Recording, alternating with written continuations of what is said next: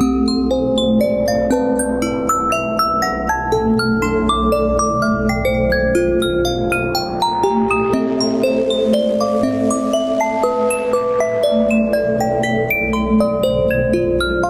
वालेकुम, welcome to my channel एक और दुनिया। तमाम वीडियोस अपडेट के लिए एक और दुनिया चैनल को सब्सक्राइब करें, बेल नोटिफिकेशन को ऑन कर दें। आज की हमारी स्टोरी है हिरन मीनार के बूढ़े जिन का सच्चा वाक़या। लाहौर से आयज़ा बहन लिखती हैं, मैं कॉलेज में पढ़ती थी। गर्मियों की छुट्टियां हुई तो हम दोस्तों ने सैर का प्रोग्राम बनाया। वालिद मोहतरम सख्त तबीयत के थे। मुझे यकीन था कि बाहर जाने की इजाज़त न देंगे। चनाचे 3-4 सहेलियों की मदद ली और बड़ी मुश्किल से एक रात बाहर जाने की इजाज़त मिल गई। मरहला ये था कि रात कहाँ गुजारी जाए। बड़ी सोच विचार के बाद हिरन मीनार जाने का फ़ैसला हुआ। हिरन मीनार शेखुपुरा से कोई 5 मील दूर वाक़ है। ये इमारत शिकार का है जहाँ शहनशाह जहांगीर मुर्गाबी का शिकार खिला करते थे। हमारा काफ़िला कोई 4 बजे के बाद लाहौर से रवाना हुआ, जिसमें 14 लड़कियां, मुलाजम, 2 ड्राइवर और एक बूढ़ा बावर्ची। हम करीबन 5 बजे हिरन मीनार पहुंचे। उस वक्त गहरे बादल छाए हुए थे।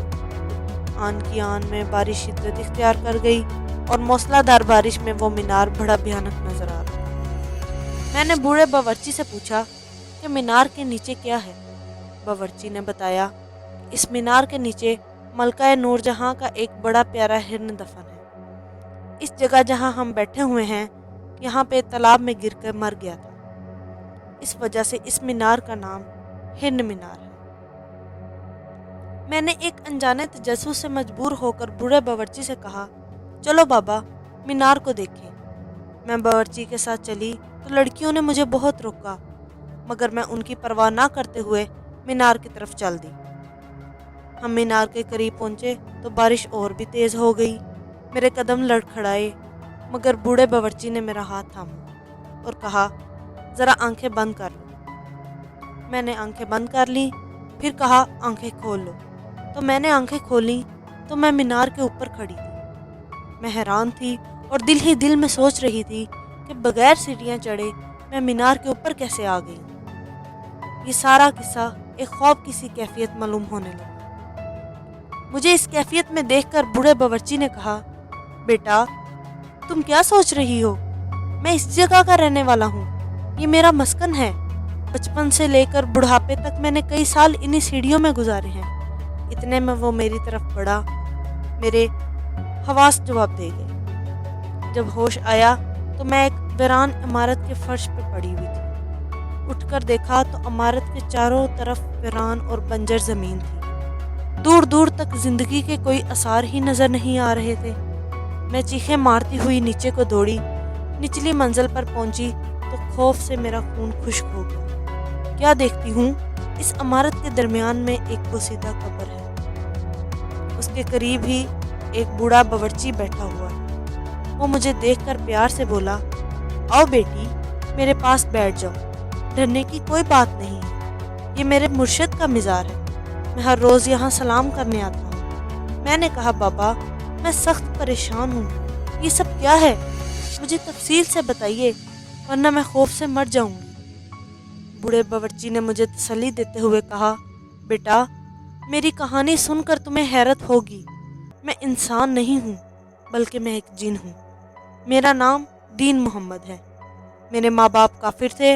उन्होंने मेरा नाम शमहूरश रखा था, मगर खुशकिस्मती से इन बुजुर्गों की शफकत और मोहब्बत से मैं मुसलमान हो गया।